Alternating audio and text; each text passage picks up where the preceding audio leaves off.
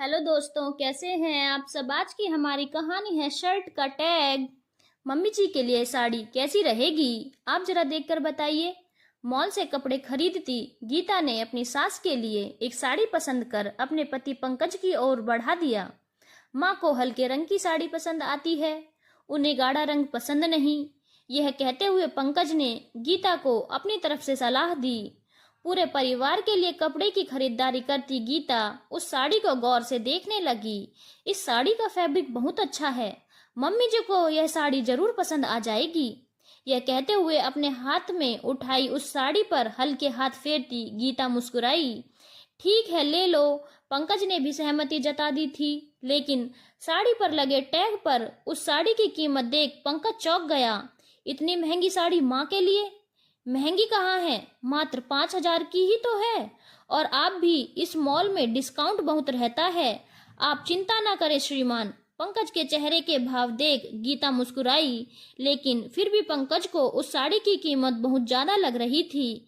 लेकिन गीता ने वह साड़ी कार्ट में रख ली और घर से के अन्य सदस्यों के लिए भी कपड़े पसंद करने लगी। असल में गीता एक संयुक्त परिवार की सबसे छोटी बहू थी और अभी अभी उसकी नई जॉब लगी थी।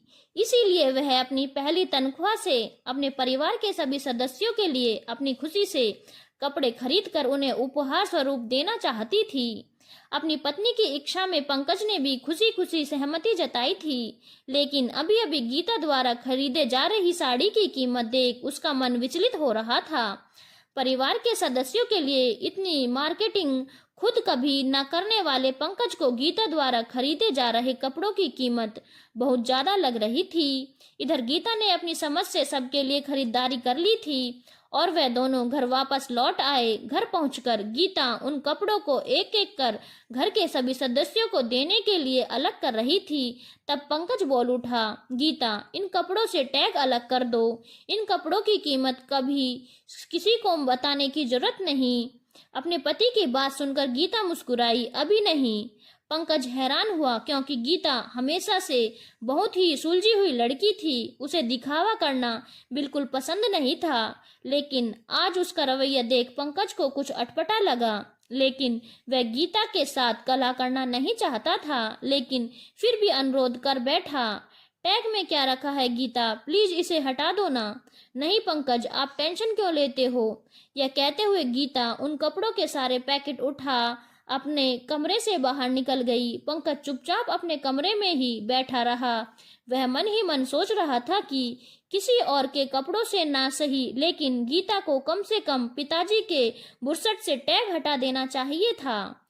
इसी उधेड़बुन में बड़ा पंकज अपने कमरे से बाहर नहीं गया, लेकिन थोड़ी देर में ही गीता को ढूंढती पंकज की माँ या गीता की सास रमा जी उसके कमरे में आ पहुंची। क्या ढूंढ रही हो माँ?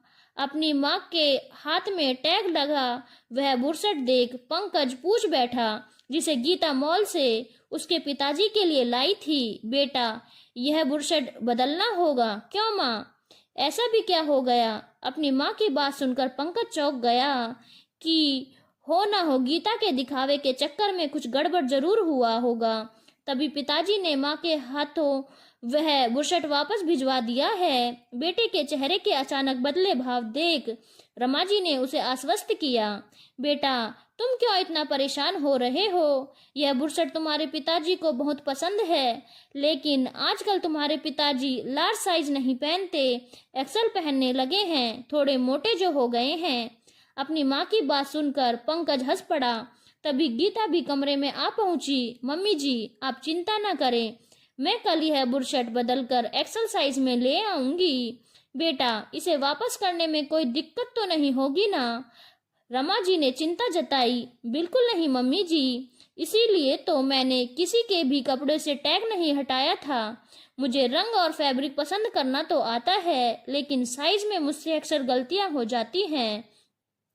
गीता के चेहरे पर मुस्कान थी और अपनी बहू की समझदारी देख रमा जी मुस्कुरा उठी। तब तक अपनी पत्नी की समझदारी पर शक कर रहा पंकज भी गीता की समझदारी का लोहा मान मुस्कुराए बिना ना रह सका। धन्यवाद दोस्तों, अगर आपको कहानी अच्छी लगी हो तो चैनल को लाइक, शेयर और सब्सक्राइब करना ना भूलें।